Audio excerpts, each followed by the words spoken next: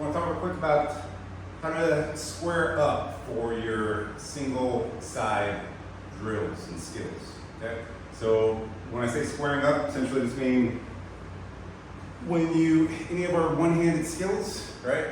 When we're swinging a bell, being loaded on this side, all this bell wants to do is pull me into rotation and spin me away, either to my left side, right side, wherever I might not be strongest. It's going to try to pull me in that direction. So we need to counter that intentionally.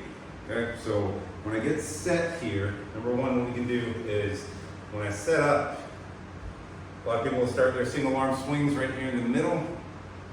As you see, I'm already sort of rotated inwards. Okay, that's probably going to set me up for a little bit of twisting, which we don't want. We want to minimize, right? Understand it's hard to eliminate it completely, but we do want to do our best to minimize it, okay?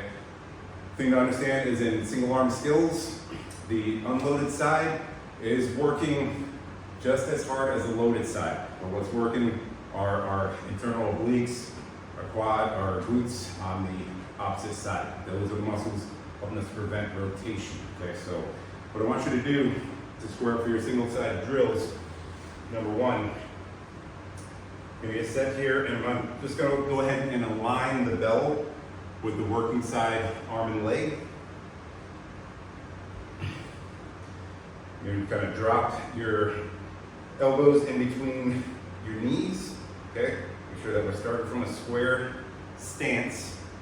I'm gonna grip the bell, and now, right, just notice that just reaching out for that bell, put me into slight rotation there. If that happens, you want to keep that elbow straight, reconnect that shoulder. So I'm anti-shrugging that shoulder. Okay, now we're nice and square. From here, once I hike,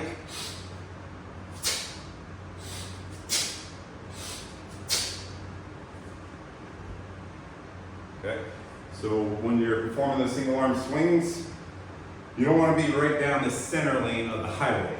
Obviously, you'll have to rotate for that. You want to keep that bell aligned a little bit more towards that working side leg. Nothing extreme, right? I'm not flexing over here, bouncing into that side, but just enough.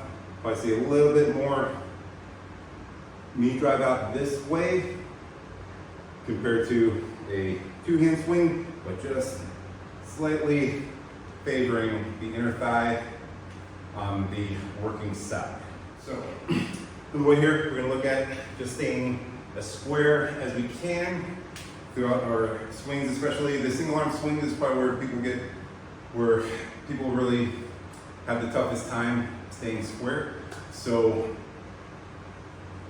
the other thing that we're gonna look to do here is at the top of the swing, I'm going to bring my opposite hand over and just tap the bell, okay? So you know, when I finish here, shoulders are square, shoulders and hips are square. I'm gonna drop down, tap the bell, bring it on down, okay? It's another way to help to ensure that you are staying as square as possible. So, show you what that looks like. So again, bell is aligned to my working side, arm and leg. Square my shoulders up, squeezing the lat down on both sides, not just the working side, both sides, lat is squeezed down. Going to hike.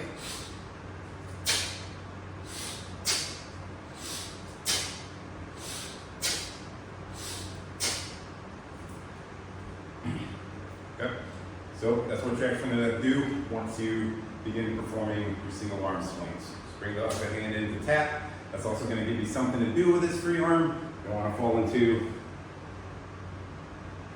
kind of dead arm out here. We always want this free arm to be active, okay, throughout our skills. So the mirroring, which is what you'll do if you're tapping in the center, mirroring both sides. Good. With that, there we go.